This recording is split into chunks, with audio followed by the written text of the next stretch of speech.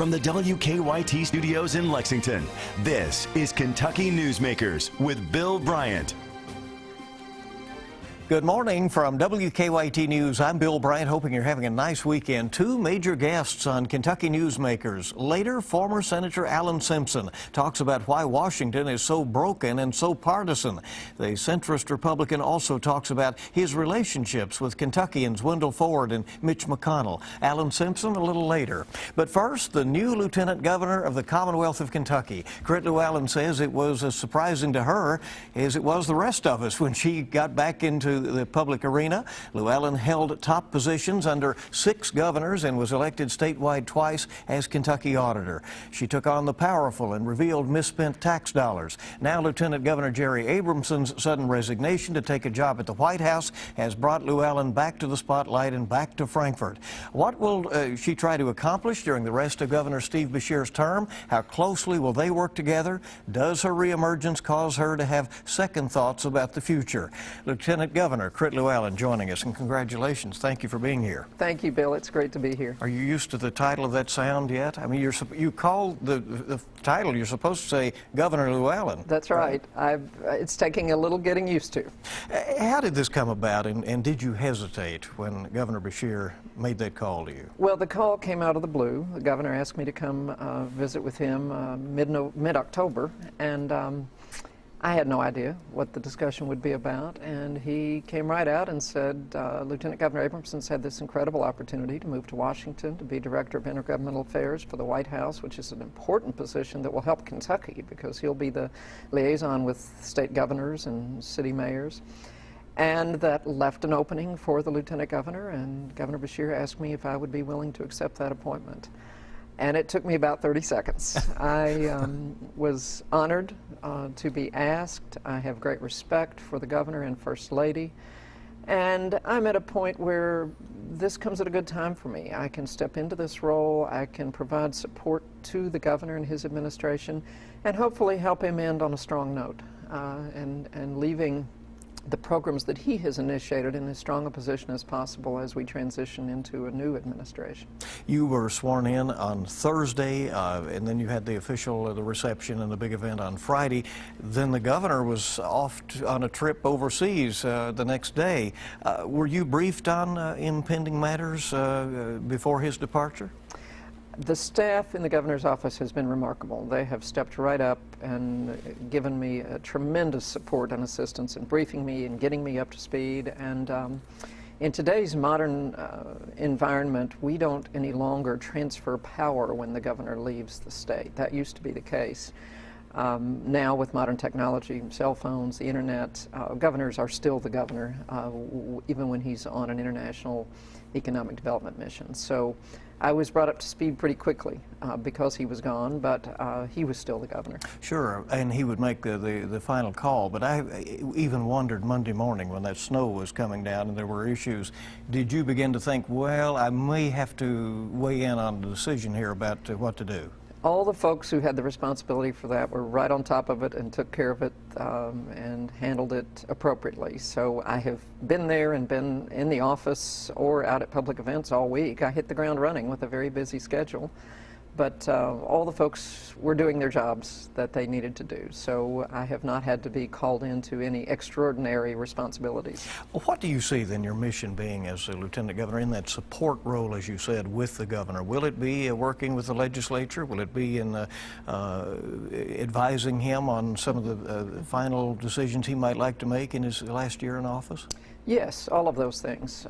The governor and I have discussed that because of my background, I have broad experience in all the major public policy areas. I've served as state budget director. I was secretary of the governor's cabinet for 7 years. So I have a broad knowledge and understanding and background in just about every area of state government administration, public policy, and budgeting. So I expect to be there as a support for him, but also a resource to provide him advice as he's looking at decisions. I expect to be as engaged in any of those areas as I can be. He's encouraged me that he would like to see that happen, to have me involved in the legislative discussions, budget discussions, policy discussions. So this is the last year of the administration we're about to embark on, and I don't think we'll see new initiatives that I would launch, certainly.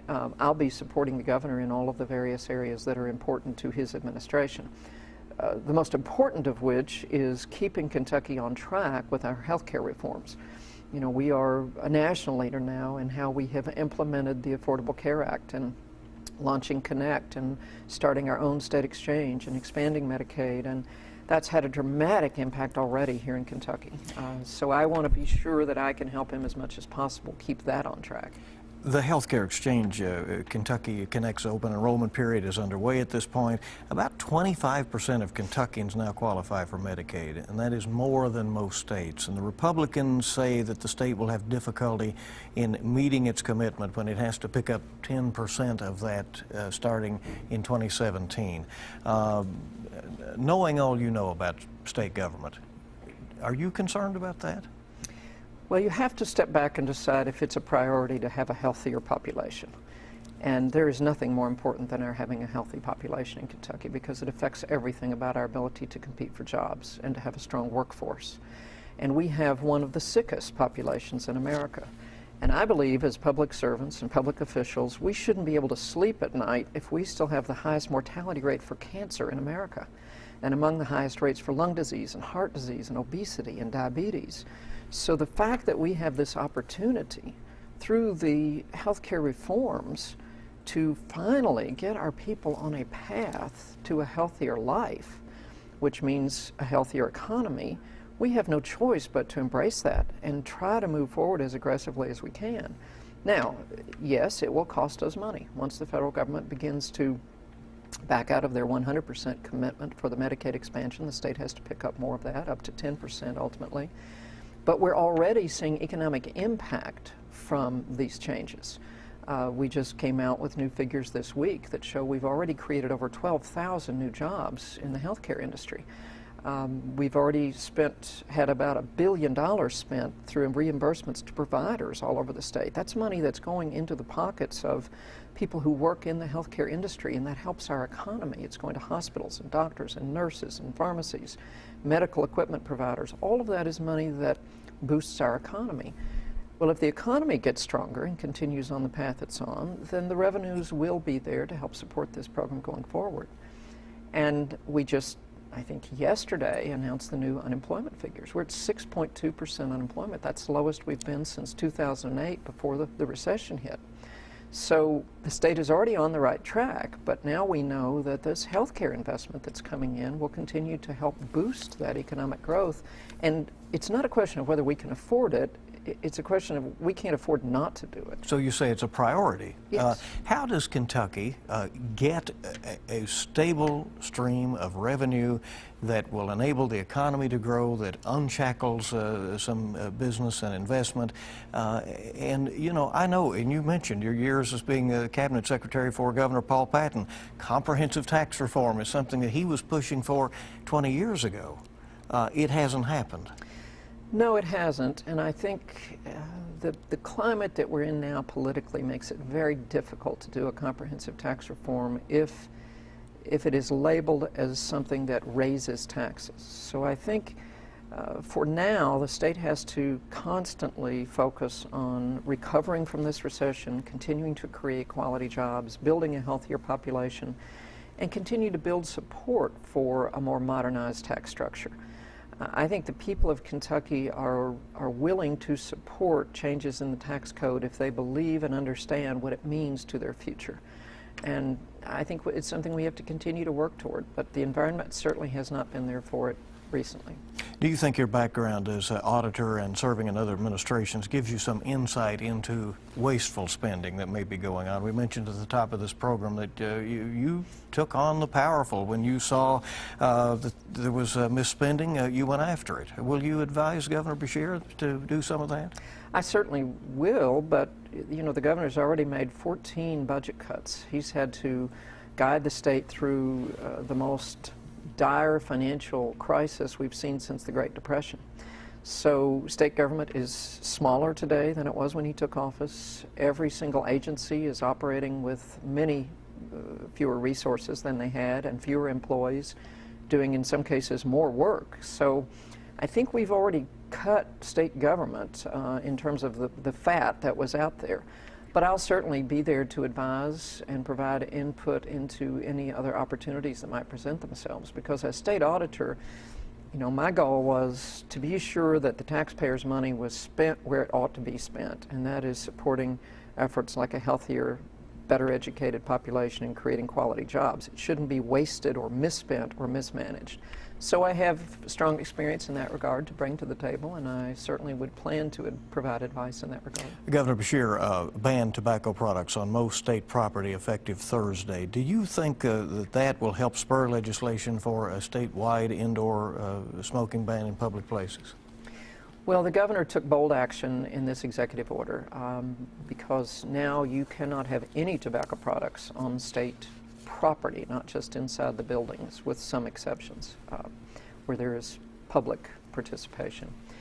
I chair an effort called Kentucky Health Now that the governor launched last year, and our goal is to track progress along a set of goals, 7 key goals, and one of them is to reduce smoking dramatically because we have such high rates of lung cancer, and secondhand smoke impacts so many different people in different ways, and there's no acceptable level of secondhand smoke. So the governor took bold action in that executive order, which took effect yesterday across state government. That was something he could do with executive authority. We will continue to see efforts in the General Assembly, and he will support efforts for a statewide smoking ban.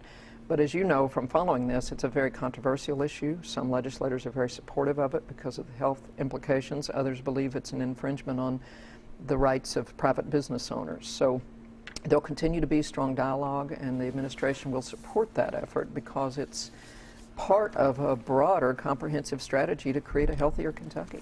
Lieutenant Governor Crit Luellen is our guest here on Kentucky Newsmakers. Later, Alan Simpson joins us, and we're back with the Lieutenant Governor in just a moment.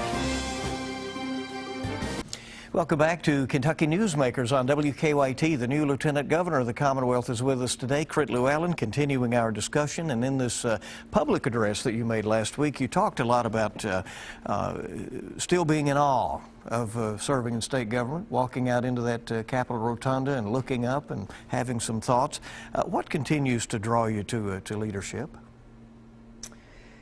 Well, I have deep roots in Kentucky, and many of my family, my forebears, were involved in public service. I have governors on both sides of my family. I have legislators, judges, prominent early Kentuckians who I think made great sacrifices to participate in the state's early days and its growth as a leader in commerce and industry and education. People may not be aware of your full name, which is?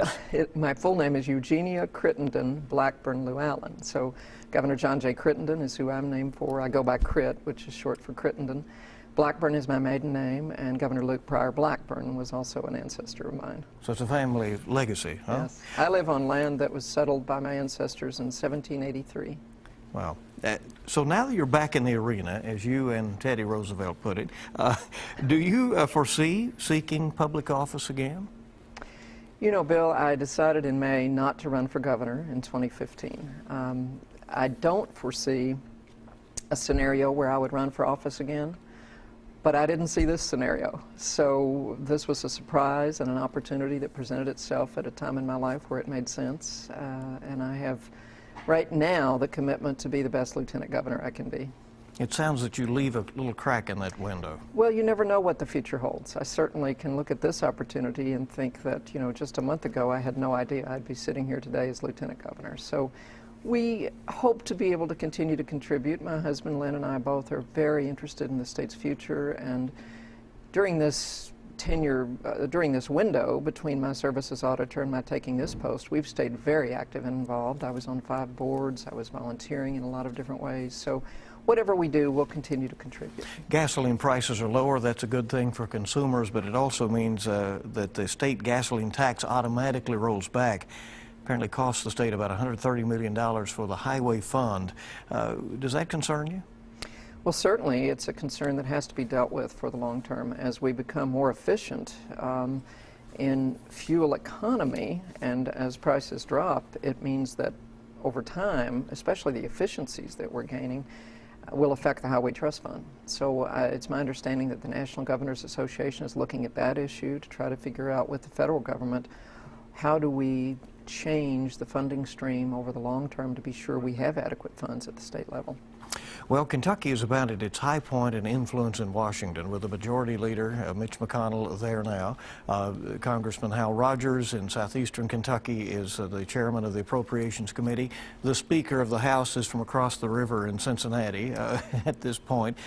Would you think things like the Brent Spence Bridge might be able to get done? The president went and stood in front of it, so it would seem there's something people agree on. Well, it seems so, although there's local controversy over whether or not tolls are acceptable as part of the solution. And Governor Beshear is certainly committed to getting that bridge built and working in partnership with the federal government, but we need to be sure that the local community is on the same page about exactly what they're willing to accept in terms of getting that bridge done. All right. Craig Luellen, the Lieutenant Governor of Kentucky, thank you for coming in. We appreciate it very much. Thank you, Bill. You've been here in different capacities through the year, and we always are yours, and we appreciate it. Thank you. And we're back in just a moment with Alan Simpson, the former U.S. Senator, outspoken, plain-spoken. He's with us next. Welcome back to Kentucky Newsmakers on WKYT, and what a pleasure it is to welcome our guest who is in with us now, former Senator Alan Simpson, always known for his plain-spoken ways, his friendship with former Kentucky Senator Wendell Ford. He also knows the next majority leader of the U.S. Senate, Mitch McConnell of Kentucky, and Senator Simpson was always known for his way of getting right to the heart of things, kind of talking about moderation, fiscal responsibility. Those are the traits that you're so remembered for in the Senate, and we're in Lexington this week to speak to the Martin School. And what did you tell them about? Well, I told them about the fact that young people are going to be picking grit with the chickens when they're 65 years old unless we get a handle on the solvency of the Social Security system, which needs some adjustment, and we could do it every year that goes by. We already know that in the year 2033, which ain't far away for these little kiddies, and the old coots too, that you're going to get up to the window and get a check for 23% less, and you're going to be pretty irritated about that. And you can do something now. It's like, you know, the old ad, you know, pay me now or pay me later. And the fact that the debt is on automatic pilot, and it's $17.5 trillion bucks, and it'll be $20 trillion bucks at the end of the decade. And interest rates are 2%. They're going to go to 5%. I mean, they're going to go to historical levels. That's the way the world works. So I just irritate people wherever I am. But Wendell taught me that. He was assistant leader of the Senate in his party, and I was the assistant leader. I love the guy. He had a gift of lyrical profanity.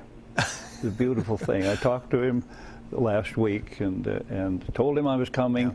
At his behest to the Martin School, and it's a great honor. Well, and as you know, he's having some health problems very right difficult, now. And he described them. But here was a time when you and Senator Ford were leaders in your respective parties. You as a Republican and a moderate Republican, he as a moderate Democrat.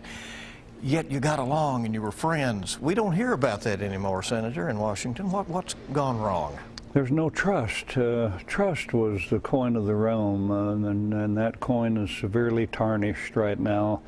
They don't even trust people in their own party. You know, Durbin, who voted for our package, and Coburn. I mean, if you can get a vote from Dick Durbin and Tom Coburn, 5 Dems, 5 Republicans, to vote for this tough package, you know you're on the right track. And it's just, Durbin has Schumer looking over his shoulder.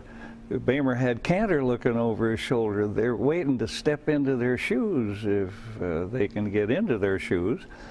And it's egotistical driven. It's re-election driven. It's you've forgotten that forget whether you're a Democrat and Republican. Be a citizen participating. Be a patriot instead of a panderer. And many of them We'd go up to them. We could see that they were in the Congress with their button on, and they'd say, "Save us from ourselves." How's that for guts? Is it the money that's involved in the political process? I don't know. I can tell you one thing. If you're a Democrat and you start talking about entitlement reform and doing something to poor old seniors and veterans, I'm a veteran. I'm proud to be a veteran, but let me tell you, there are 22 million of us, and only 3 million of us ever heard a live shot go over our head from an enemy. And I think that, and many have served 20 years. I admire them all. But let's get serious. In the Defense Department, you got to get in there and dig around. You got to dig around everywhere. There's, well, anyway, it's just a case of people who, I think, if they know that they're going to take on a tough one on the left, then they're going to be visited by the AARP. Oh, they're a beautiful bunch. 38 million people bound together by a common love of airline discounts and insurance discounts. I mean, they're monsters. Anybody who gets an AARP card should be embarrassed. They don't give a damn about their grandchildren, and they know it. Anyway, so they were going to be visited if they get into a primary or the AFL-CIO, and if you're Republican and talk about taxes or revenue, you're going to be visited by Grover Norquist, who will ride in on his white horse, and the Club for Growth. And so what do you have? Have guys who get the job, and they're insulated. Nobody's going to bother them because they didn't bow to the nuts on the right or the left. They just stayed steady where they can just be there forever, and the poor old centrists just wander around the middle trying to figure out how to guide through these guys. How do we guide ourselves out of this situation? You talk a lot about fiscal responsibility, about the need to cut the excesses, but at the same time recognize that we need a government for many purposes. Well, I think there's a good way because of both parties, they'll get up, especially in this last campaign, and they'll say, don't forget, I know the problem. It's serious. Can't do this to our grandchildren. Oh, boy, my heart, button your shirt, your heart fell out. And then they'll say, well, we can do it without touching precious Medicare, precious Medicaid, precious defense, and precious Social Security. And you want to be in the back of the room saying, you, sir, or madam, are using a terminological inexactitude, you lying SOB. That's what you say to them, because these people are lying. All the anguish we're going through right now on the budget isn't dealing with 2/3 of the budget. Get that one. Let the people hear that one. What are the 2/3? Health care and Social Security. Those are the big. They're the mastodon in the kitchen. And yet, you served headed a major task force with Erskine Bowles, and you came up with recommendations, and those things, by and large, were not enacted. Well, what you meant was that they fled. The president fled. The Democrats fled, and the Republicans fled. Because we really hit the nerve. You have to shoot the electric fence into every sacred cow, and people come up to us and they'll say, I love what you did except for that one part. And that one part is theirs, and they're going to protect it to the death, whether it's municipal bond interest or home mortgage interest or oil and gas depletion allowance. They love everything except that part, and they're not about to break away. The selfishness, there's no shared sacrifice since World War II. Senator, can there come a time when we have to face up to this issue and say there are no sacred cows anymore?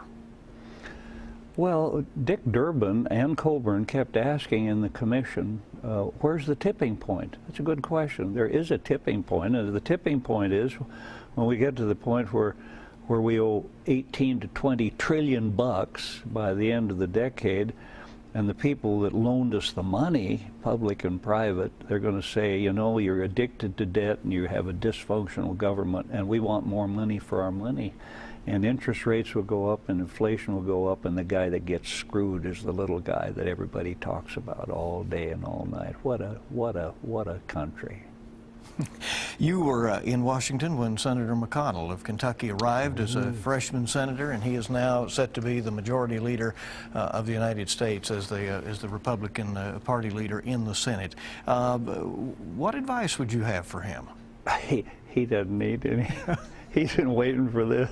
This is like the holy grail at the end of the trail. Old Mitch, I think of him sitting at the organ of government and all the stops and the pipes, and he throws his coattails out at the end of the bench and sits down, and he has all the stops and the keys, and he knows just exactly how to use them and how to get his troops to support him. He'll be awesome. This is the ultimate grandeur, and for a guy that's been waiting and knows the game.